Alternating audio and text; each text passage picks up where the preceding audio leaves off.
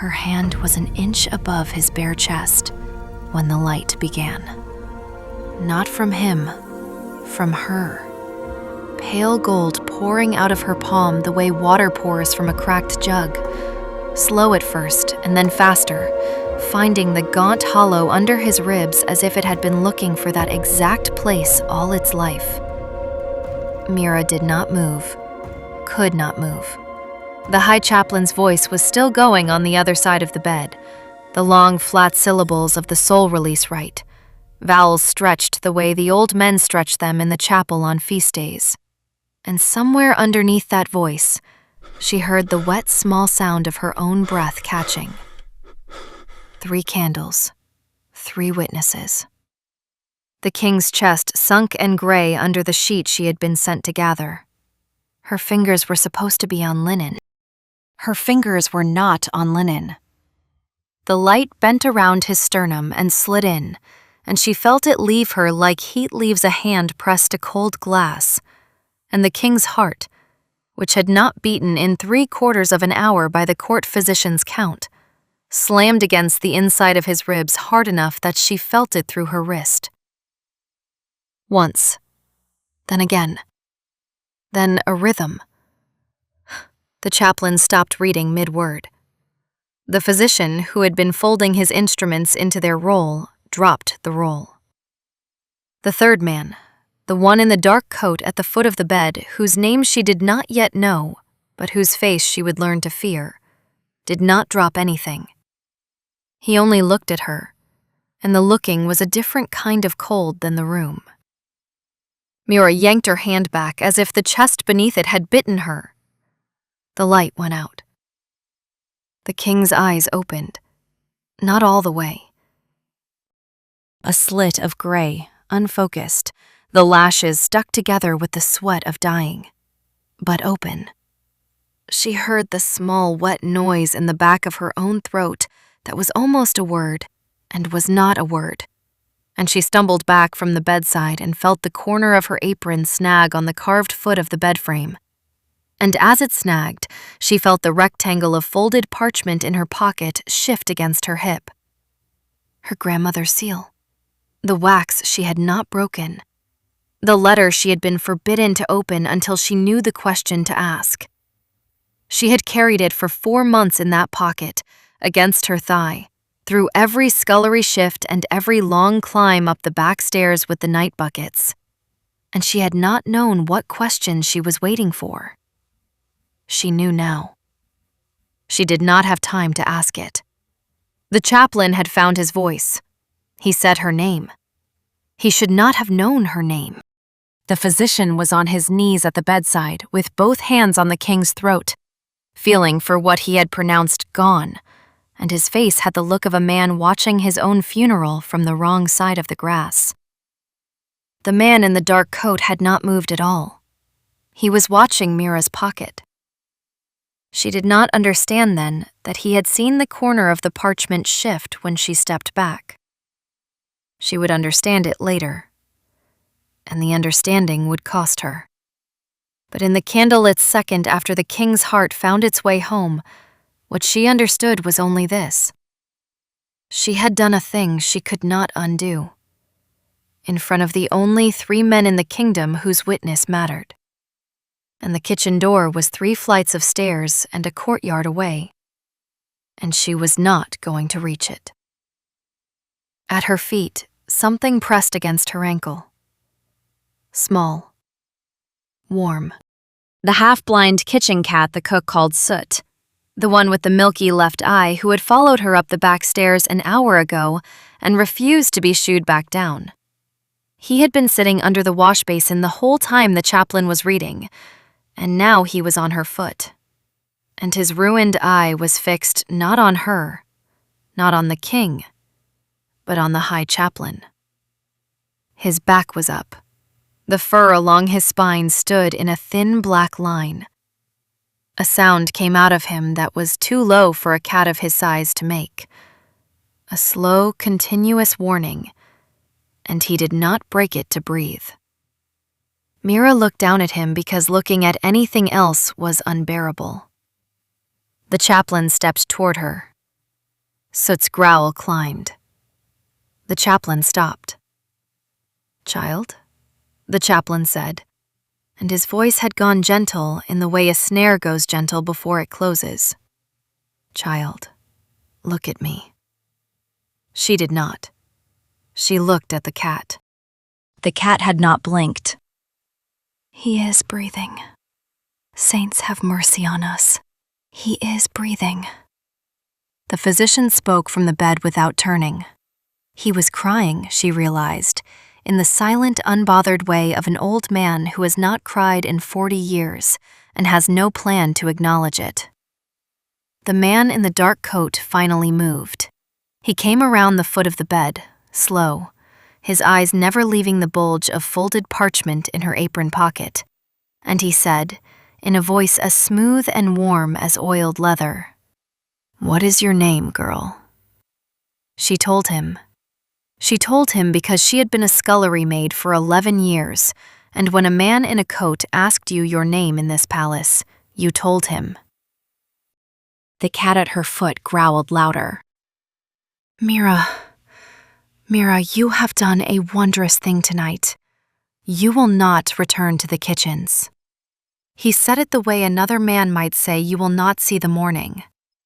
The king, on the bed, drew his second full breath since dying. His eyes had drifted half closed again, but his hand, the hand she had reached across, had moved a finger's width toward the place her palm had been. She did not know if anyone else saw it. The cat saw it. The cat's growl stopped, all at once, as if a string had been cut, and he sat down on her foot, and he stayed. They did not let her go back to the scullery. They did not let her go anywhere. The man in the dark coat, she learned his name within the hour, Lord Edrin, the king's chief advisor, the man who had run the kingdom in all but title for the 11 months the king had been wasting. Lord Edrin said the words, "for her own protection," twice, smoothly, and a woman in gray livery appeared at Mira's elbow as if she had been waiting in the wall, and Mira was walked along a corridor she had only ever seen from the back stairs into a small, clean room with a narrow bed and a window the size of her 2 hands together. A bath was drawn. Clean clothes were laid out. Soot was carried in under the arm of a kitchen boy who looked at her as if she were a ghost of someone he used to know. And the boy set the cat down on the bed and left without a word. And the cat made a single round of the room with his ears flat, and then jumped back up beside her and sat with his good eye on the door. The woman in gray did not speak unless Mira asked her a question. And Mira, who had learned at 8 years old that asking questions of the people above you in this household was how you got struck, did not ask. She washed, she dressed, she sat on the edge of the bed with her hands folded in her lap, and the letter, still sealed, on the small table by the candle, and she stared at the wax. Her grandmother's seal was a sprig of river rush pressed into red wax that had gone almost brown with age. She had been forbidden to open it. She had been forbidden until she knew the question. She knew the question now. She did not lift the letter. She was not alone. She had not been alone since the second the light came out of her hand. And the woman in gray was a presence in the corner she could feel, the way she could feel weather. She thought, for the first time in a long time, of her grandmother's hands. The thin, papery knuckles, the way her grandmother had cupped her face the last winter morning before the fever took her, and had said quite clearly, "You will know, child. You will know when it is time." Mira had thought she meant the way a girl knows about kissing, or about how much salt goes in a stew. Mira had been wrong. She was thinking about her grandmother's hands when the door opened without a knock and Lord Edrin walked in. He looked at the letter on the table. His eyes did not stay on it long enough for the woman in gray to notice. They stayed on it long enough for Mira to notice. He said in the same warm voice from before that the king wished to see her, that the king had asked for her. by name. Mira's stomach dropped through the floor of the room. "He doesn't know my name," she said, and it came out smaller than she meant. Lord Edrin smiled the smile she would come to know. He does know. The king was sitting up, not by much. Pillows behind him, his hair damp at the temples from the cloth someone had used to clean his face, his skin still the color of paper held to a window. But sitting up, his eyes were open all the way this time, and they were a gray that was not the gray of dying, and they fixed on her the second she crossed the threshold, and did not leave her after that. Mira had been told, on the way up the stairs, by the woman in gray, how to enter the presence of the king. She did none of it. She stood in the doorway with both hands pressed against her thighs and soot threading between her ankles, and she did not remember to kneel until Lord Edrin cleared his throat behind her, and she went down so fast her knees hit the stone hard enough to bruise. "Up, don't kneel to me." She did not move. She did not know how to disobey Lord Edrin and obey the king in the same sentence. The king saw it. Something happened on his face that she did not understand then, and would understand later. A small flicker of something that was not quite anger and not quite tenderness. "Mira, up, please." She rose. Her knees stung. She kept her eyes on the floor, because looking at him felt like looking into a fire someone had built specifically to warm her. He did not speak again for a long moment. She felt the weight of his looking the way she had felt the light leave her palm. A thing moving from one body to another with intention. "Out! All of you! Out!" Lord Edrin did not move. "Sire, the physicians wish to—" "Out, Edrin!" A breath. "I will not say it a third time." There was a shuffle of robes and a creak of the door. And then there was only the king and Mira and Soot, and the cat, who had hissed once at Lord Edrin's heel on the way past, settled in a loaf shape against her foot. The king looked at her for what felt like a very long time. "Show me your hand." She lifted it. It was steady. She did not know how it was steady. He reached for it slowly, the way a man reaches for a bird he does not want to startle, and he turned her palm up between his two big hands without quite touching the skin. And he looked at her palm as if he were reading something written there. "I died tonight." Not a question. "I think so, yes." He closed his eyes. When he opened them, they were wet. He let her hand go without ever touching it. "What is your name, in full?" "Mira Vasilin, sire." Vasilin. From where?" "The river villages, sire. Ashfin border. My grandmother brought me here when I was 7. He nodded once. "Thank you, Mira Vasilin, for my life." Under her ribs, something moved that she had no name for. A slow tide turning, the way river ice gives way in spring. It was gone before she could catch it. She did not know yet that it would come back. She did not sleep. The woman in gray slept in a chair against the door, and Soot slept on Mira's pillow with his tail across her throat, and Mira lay on her back with her eyes on the ceiling and listened to the palace settle around her. Somewhere a long way off, a horn sounded twice, the long call that meant a rider going out, and she knew without being told that Lord Edrin was sending word of the miracle to someone. To many someones. She thought about the letter on the table. The woman in gray was 3 feet from it. The woman in gray was breathing slow and even. Mira sat up. The bed did not creak. She had learned, 11 years a scullery maid in this household, how to move through a room without waking anyone. She put her feet on the cold stone. She crossed to the table. She picked up the letter. The wax was unbroken. The woman in gray did not stir. Mira carried the letter back to the bed and sat down with it in her lap. And Soot blinked his one good eye at her, and Mira pressed her thumb against the wax and did not break it. She could not. Not here. Not with another woman's breathing 2 arm lengths from her shoulder. She did not know what was in the letter, but she knew her grandmother. Her grandmother had buried things deep on purpose. If Mira broke that seal in a room where someone else might wake and see, she would be handing her grandmother's secret to the wrong hands before she had even read it herself. She slid the letter under her pillow, beside the warm bulk of the cat, and she lay back down. She thought she would not sleep at all.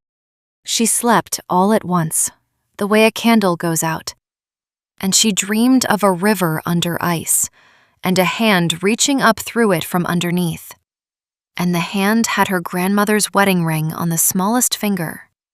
And when she woke, the room was gray with the kind of pre-dawn light that is not decided yet whether to be morning. And someone was sitting on the foot of her bed. Not the woman in gray, the king. He had a thick robe over his shoulders, and his feet were bare on the stones. And he looked, in the gray light, less like a king than like a man recovering from a long illness, which is what he was. Soot was on his knee. The cat was purring. The cat had not purred for anyone in the kitchen in the 4 years Mira had known him. He found me in the hall. He brought me here. He stroked between Soot's ragged ears with one large, careful finger. Forgive me. I did not mean to wake you. She sat up, the blanket pooled at her waist. She was wearing the linen shift the woman in gray had laid out, plain, high to the throat, and she still felt half undressed in front of him, in the way a person feels undressed when they have not yet decided who they are in another person's eyes. Sire. Jaden, when we are alone, please. She did not say it. She could not. She nodded, which felt like a smaller kind of betrayal of everything she had been raised to. He smiled, very slightly. It was the first time she had seen him smile. It changed the shape of his whole face. I came to tell you a thing before the others come back. May I? She nodded. Lord Edrin is going to call you a saint by midday. The chaplain is going to call you something older and worse. By tonight, there will be men in this palace who want to use you, and men who want to kill you, and some of those will be the same men. Mira's hands went cold in her lap. I am telling you this because I owe you my life, and because I do not yet know which of the men around me are which, and because the only thing I am certain of in this room is that the cat trusts you. Soot, in his lap, purred louder. Whatever was in your hand last night, Mira Vasselin, you did not know it was there. Did you? No, sire. Jaden. Then we tell no one that. Not yet. Let them think you knew. Let them be afraid of you. It is the only protection I can give you until I can stand without help. He stood then. He was unsteady. He caught himself on the bedpost and did not let her see his face for the moment it took him to be steady again. When he turned back, he was the king again, and not Jaden, and the small, soft thing that had been in the room with them was packed away. Good morning, Mira, he said, and went. The next 4 days were a procession of strangers. The court physician returned twice and looked at her hand and her eyes and the inside of her mouth and pronounced her in good health and went away looking like he wanted to weep again. The high chaplain came once and did not ask to look at anything. He stood in the doorway of her room with his hands folded inside the wide gray sleeves of his robe, and he looked at her for a long, quiet minute without speaking. And Soot, on the bed behind her, made the low, continuous sound he had made the first night, and the chaplain's eyes flicked to the cat and stayed there. "We will speak soon, child. When you are ready." He left. Mira sat down on the edge of the bed because her knees had stopped working. Soot climbed onto her lap and pressed his forehead against her sternum and did not move for a long time. On the second day, a tall woman with the gold-trimmed sash of the king's council came in and asked her, very kindly, who her people were. And Mira said the river villages, and the woman wrote it down, and asked her who her grandmother had been before she came to the palace. And Mira said a midwife, and the woman wrote that down. And then the woman closed her book and looked at Mira with an expression Mira had not yet learned to read, but would learn within the week. "Has anyone told you, child, that the Vasilin line is a dead line?" Mira said no one had ever told her that. The woman nodded as if she had expected that answer, and made a small mark in the corner of her closed book with her thumbnail and left. Mira did not sleep that night either. On the third day, she met Clotilda. Clotilda was the king's cousin's daughter, 22 and beautiful in the cold, polished way that the high-born women of Ashvin specialized in. And she came into Mira's room without knocking and sat down on the bed without asking and looked at Mira for a long time with her head tipped slightly to one side, as if Mira were a piece of cloth she was considering buying. "So you are the kitchen miracle. Stand up. Let me see you." Mira stood. Clotilda walked around her once, slow. Smaller than I thought. Plainer. He has not touched you, has he? Tell me he has not touched you." Mira's face went hot. She had not been touched by the king. The king had not been alone in a room with her again since the dawn visit. "No." Clotilda smiled the kind of smile that did not reach the eyes. "Good. Don't let him. You don't know what you are yet, and until you do, you should not let any man in this palace decide it for you." She stood very close then. She smelled of something floral that did not quite cover something underneath it. Especially not him. He is going to be very grateful, kitchen miracle. Grateful men are very dangerous. She left. Mira sat down on the floor where she had been standing and put her arms around Soot, who had come to her ankle without her noticing. And she did not cry, because she had not cried in front of anyone in 8 years, and was not going to start now. On the 4th day, she finally read the letter. She read it sitting on the cold floor of the privy off her room, with the door bolted and the candle in her left hand and the letter in her right, and Soot pressed against her hip, because the privy was the only room without a person assigned to watch her. The seal broke. Her grandmother's handwriting was inside, the spiky, upright hand she remembered from the recipe cards in the kitchen, and the letter was short. "Child," it said, "if you are reading this, you have asked the question. There is a thing in our blood that the chaplains of the Central Court hunted to almost nothing 4 generations ago. They called it many names. The one I will give you is the simplest. It is amending. It does not come from the saints. It does not come from any altar. It comes from the river people who were here before any of them. And it answers grief, and it answers love, and it answers nothing else. Do not let the chaplains near you. Do not let them anywhere near you. They will say they want to bless you. They want to drain you. The man in the gray robe with the silver chain, if he is alive, child, you are in his sight already. Run if you can. If you cannot run, trust the small things first. The cat in the kitchen, the child at the well, the old woman who feeds the birds. They know before the rest of them. They always have. I love you. Burn this." Mira sat on the privy floor with the letter in her lap for a long time. Then she lifted the candle and held the corner of the parchment to it and watched her grandmother's handwriting curl and blacken until there was nothing left but a smear of ash on the stone. Soot watched the ash burn. His one good eye did not blink. She knew then what color the High Chaplain's robe was and what hung around his neck, and she understood why the cat had growled. The king began to walk again on the 7th day.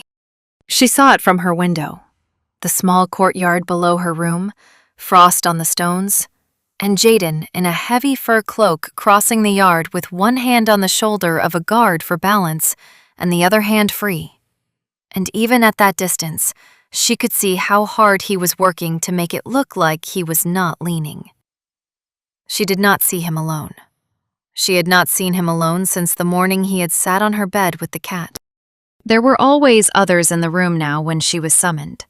The physician, 2 guards, sometimes Lord Edrin, once the chaplain, who stood at the back and watched her the entire time and did not speak. Jaden's eyes found hers across those rooms and stayed on her in a way that the others did not see. And once, when the physician was bent over his own bag and Lord Edrin had turned to speak to a steward, Jaden's 2 fingers brushed the back of her wrist as he passed her in the doorway, and the slow tide turned under her ribs for the 2nd time, and she was glad it was dark in the corridor so that no one saw her stagger. On the 9th day, a hunting party went out. The king insisted on going. The physician forbade it. Lord Edrin arranged it. Mira heard the horns at dawn and went to her window and watched the riders gather in the front courtyard in the gray light. 12 of them, the king at the head on a tall black horse, and she watched him swing into the saddle on his own, and she felt the slow tide rise once and ebb without her permission. Soot, on the windowsill beside her, made the low growl. She looked down. The man in the gray robe with the silver chain was standing in the shadow of the chapel arch, watching the riders mount. He was not going with them. He was watching them go. Mira's hand went to the place on her hip where the letter used to be and was not. She turned from the window and she did something she had not done in 9 days. She left her room. The woman in gray was outside her door, as always, in the wooden chair, embroidering, and Mira said, in the small, flat voice of a scullery maid who has been told to fetch something, "The cat needs the privy. I'll be back." The woman in gray nodded without looking up. Mira walked, with Soot under her arm, down the corridor and down the back stairs and through the long stone passage that ran behind the kitchens. And she did not stop until she came to the herb yard door, which was unbolted at this hour because the cook's boy was out hanging laundry. She slipped through. She set Soot down. He stayed at her heel. She did not know what she was doing. She knew only that her grandmother had said, "Run if you can," and her grandmother had never been wrong about a single thing in Mira's life. And the hunting party had taken the king away from the palace, and the chaplain had stayed behind to watch them leave, which meant the chaplain was about to do something he did not want the king to see. She made it as far as the herb yard gate. There was a man on the other side. She did not see him until his hand was on her wrist. Not Lord Edrin, a bigger man, slabby and stupid-faced, in the livery of the chapel guard, and his grip on her wrist was the grip of a man who had been told what to do and was relieved to finally do it. "Come along, miss. His Eminence has been wanting a word." Soot launched himself at the man's calf. The man kicked. The cat went flying and rolled and came up running and disappeared under the herb yard wall, and Mira's scream was already in her throat when something hit her across the back of the head, and the herb yard tilted and the cold flagstones came up to meet her face. And the last thing she saw before the dark was the small dark shape of her cat going under the gate, going for help, going. She woke in stone. Not her room. A low room with no window, A stone bench, an iron ring set in the wall with no chain in it yet, and the smell of old smoke and something metallic underneath the smoke that she did not at first recognize, and then did. The way a hand recognizes a knife by the shape of the cut. Blood. Old blood. Soaked into stone. Her hands were not yet bound. Her head hurt the way a bell hurts when it has been struck. She sat up slowly and the room moved around her and settled, and the door opened and the high chaplain came in. He was alone. He closed the door behind him and slid the bolt with one hand, gently, the way a man closes a sick room door, and he came across the stone floor and sat on the bench across from her, with his hands folded in his lap as if they were about to take tea. Mira, child, I am so sorry about the manner of this. My man was rough. He will be disciplined. She did not speak. She had not spoken since she woke. He waited, patient as a stone. Your grandmother's name was Alice Vasselin. She was a midwife in Cress Hollow Village until she was 31. She was something else before that. Do you know what she was, child? Mira did not move her face. She was the last of a line my predecessors thought we had ended. We did not end it. We ended her mother, we ended her aunts. We ended her cousin in the spring of her 17th year. Your grandmother walked out of that village under a cart of turnips, and we did not find her for 60 years. She died in a kitchen in this palace last winter, under our very feet, and we did not know. Do you understand what I am telling you? Mira said nothing. I am telling you, child, that I have spent 40 years looking for what you carry. I am telling you that what you did to the king was the smallest fraction of what is in your hand. I am telling you that I do not want to hurt you. I want to bless you. I want to teach you to give that gift freely, the way it was meant to be given, into a vessel that can hold it, and use it for the good of all our people, not wasted on one dying man who would have gone to the saints anyway. He was the king. He was a dying king. There will be other kings, child. There has always been another king. There has never been another of you. Almost never. She understood then that he was going to drain her. Not in metaphor. Drain. The word her grandmother had used. She understood that the silver chain at his throat was a thing he had been preparing for a long time, and that the iron ring in the wall behind her had not been empty for as long as he wanted her to think. She understood that the king was 3 hours from the palace on a horse and would not be back before dark. She understood that no one was coming. Then, very faintly, on the other side of the bolted door, she heard a sound she knew the way a mother knows her own child's cry. A low, continuous growl. Soot. He was outside the door. He had followed. He had found her. And if Soot had found her, then Soot had brought someone. The chaplain heard it too. His face did not change. He rose from the bench, slowly. He reached inside his robe and took out a small dark vial and uncorked it, and the smell that came out of the vial was the same metallic undersmell from the stones. And Mira knew without being told that whatever was in that vial was the thing that ended people like her grandmother. He took a step toward her. The bolt on the door scraped, not from his hand, from outside. Someone outside was working the bolt back. Quietly. Very quietly. The chaplain spun. The door opened. Jaden was in the doorway. He was filthy.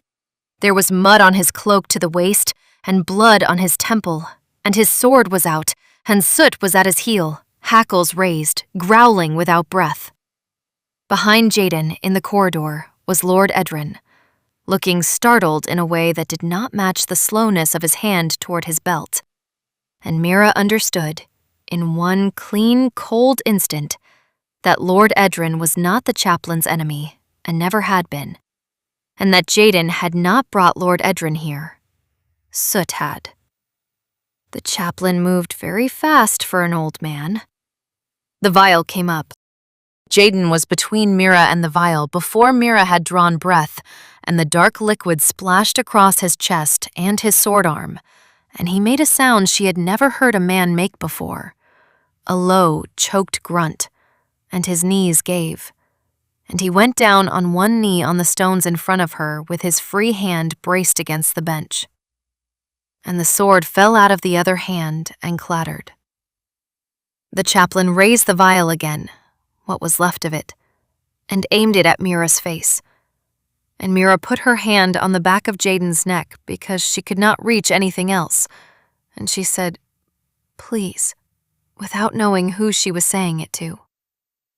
The slow tide rose for the third time and did not ebb.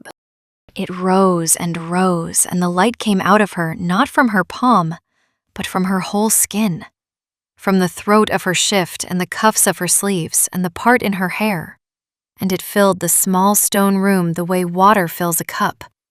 And Jaden, under her hand, drew a long, shuddering breath that was not a dying breath. And the chaplain's vial cracked in his fingers, and the dark liquid in it boiled away into nothing before it could fall. And the chaplain himself, with the silver chain glowing red-hot against the skin of his throat, made one small surprised sound and crumpled to the floor, with the chain searing into his collarbone, killed by the thing he had spent 40 years wearing. Lord Edrin, in the doorway, did not move. Mira's light went out. She fell forward across Jaden's back and did not know anything for a long time. She woke in a bed she did not recognize.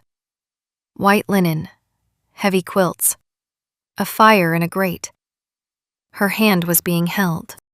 She turned her head with great difficulty, and Jaden was in a chair pulled up close to the bed, asleep sitting up. His hand wrapped around hers, his other arm in a sling, his temple bandaged, his color better than she had ever seen it. Soot was on his chest. The cat had one good eye open. It blinked at her, slow, like a greeting. She did not move. She did not want to wake him. She lay and looked at him for a long time. He had shadows under his eyes. There was a small scar above his left eyebrow she had not seen before, an old one. His mouth, in sleep, was softer than it ever was awake. She thought about what the woman with the gold-trimmed sash had said, that the Vasselin line was a dead line, and about what Clotilda had said, that grateful men were dangerous, and about what her grandmother had written, that the gift answered grief, and it answered love, and nothing else. She thought about the moment in the stone room when she had put her hand on the back of his neck. She had not been afraid for herself. She had been afraid for him. The gift had answered. Her grandmother had been right, in the way her grandmother had always been right. And Mira understood that the thing in her chest was not going away, and was not going to be controlled, and was going to keep answering for the rest of her life every time she loved someone enough. It was a terrifying thought, and it was also, underneath the terror, a relief. Jaden's hand tightened around hers without waking. She let him sleep. The fire popped. Soot purred. Some time later, she did not know how long, a small sound came from the door, and Mira turned her head, and a girl was standing in the doorway. Not a woman, a child. 8, perhaps 9. Thin braids, mended dress, an apron with a flower print on the hip. The kitchen boy's little sister, Mira realized after a moment. Nell, the one who carried water up to the laundresses. The child had a small clay cup in her hands, and she was looking at Mira with enormous, serious eyes. "I brought you broth," Cook said. "She said you wouldn't want anyone fancy bringing it. She said you'd want me." Mira's throat closed. She nodded because she could not speak. Nell came to the bedside, very careful not to bump the king's chair, and she set the cup on the small table by the bed. And then she stood there twisting the corner of her apron in both hands. "Soot brought him. Soot came to the laundry yard yowling, and he wouldn't stop. And Taylor said something's wrong, and we sent a boy on the road to find the riders, and the boy met them coming back, and the king came. The king came so fast, miss. I never saw a man ride like that." She paused. "Is it true you're a saint?" "No, it's not true." Nell nodded as if she had expected that answer. "Cook said you weren't. Cook said you were a Vasselin, and that was different. She said your grandmother set her wrist when she was 9, and it never hurt her again." Mira opened her eyes. The child was looking at her with the calm, direct gaze of a person who had decided, at some point in the last 2 weeks, that Mira was a person worth bringing broth to. Mira reached out with her free hand, the one not held by the sleeping king, and touched the back of Nell's small, flowery wrist. "Tell Cook thank you. Tell her I'll come down when I can." Nell nodded. She did not leave at once. She stood and looked at the king for a long moment, and then at the cat on his chest, and then at Mira, and then she said quite suddenly, "He came for you, miss." It was not a question. "Yes." "That's good," said Nell, with the absolute certainty of a child who has decided a thing is good and will not be moved off it, and she padded out of the room in her 2 big shoes. Mira lay in the white bed with Jaden's hand in hers and the cat between them, and the broth cooling on the table, and she watched the fire, and she did not cry. But she felt something inside her chest unbend that had been bent her whole life. And she thought, "Oh, so this is what the other kind of warm feels like." 2 weeks later, on an ordinary afternoon with no horns and no riders and no announcements, Mira walked into the king's chamber by herself. She knocked first. She had been knocking lately. He called for her to come in. He was sitting at the long table by the window with a stack of papers and a cup of something steaming. The sling gone from his arm, his sleeves pushed up to the elbow. And he looked up when she came in, and the look on his face was not the king's look. It was Jaden's. Soot, on the windowsill, opened his one good eye and closed it again. She crossed the room. He did not rise. He had stopped rising for her, at her request, because the rising every time made her feel like a thing being honored instead of a woman walking into a room. She came around the table and she stood by his chair, and he tipped his head back to look up at her. And his gray eyes had the quiet in them that they had only when they were alone. "Mira." "Jaden." His mouth moved. Not quite a smile, the thing that came before his smile. He turned in the chair until he was facing her, and he reached up and took her left hand in both of his, and he held it, the way he had held it the morning after she had read the letter, palm up, between his 2 hands, not quite touching the skin. "May I?" She nodded. He bent his head over her palm and pressed his mouth, very lightly, to the center of it. The slow tide did not turn. She had known it would not. The gift had answered 3 times, and that was all it would answer for now, her grandmother had told her in the dream she had had the night after she woke in the white bed. And the gift was sleeping, and what was in her hand right now was only her hand, and what was in his mouth was only his mouth, and that was enough. He lifted his head. He did not let her hand go. When you are ready. Not before. I will wait however long. I owe you my life, and I would not have you confuse the debt with the rest of it. She looked at him. The fire popped. Somewhere outside in the corridor, a child laughed. 2 notes. Nell bringing the laundry up. Soot stretched and made the small chirrup he made when he was content. Mira lifted her right hand, the one he was not holding, and she held it an inch above the center of his chest, palm down, the way it had been that first night when the light had poured out of her and into him without her understanding. He did not move. He watched her hand. He watched her face. The candlelight was on his cheekbone, and on the small scar above his eyebrow, and on the soft place at the corner of his mouth, and her hand stayed there, an inch above his bare shirt, an inch above his heart that was beating. And she did not bring it down to heal him, because there was nothing to heal. And she did not pull it back, because there was nothing to flee. And she let it hover there in this small lit space between his ribs and her palm. I am ready. He closed his eyes. He brought his own hand up and laid it over the back of hers, and pressed her palm down flat against the center of his chest, where his heart was, where the light had gone in. His skin was warm under the linen. His heart was steady.